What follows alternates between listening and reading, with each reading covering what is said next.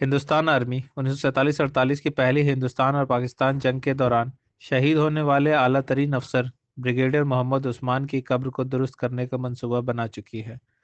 مبینہ طور پر کچھ شرپسندوں نے قبر کو نقصان پہنچایا تھا۔ سفید ماربل کی قبر جامعہ ملیہ اسلامیہ کے قریب جنوبی دہلی کے بٹلہ ہاؤس قبرستان کے وی آئی پی سیکشن میں واقع ہے۔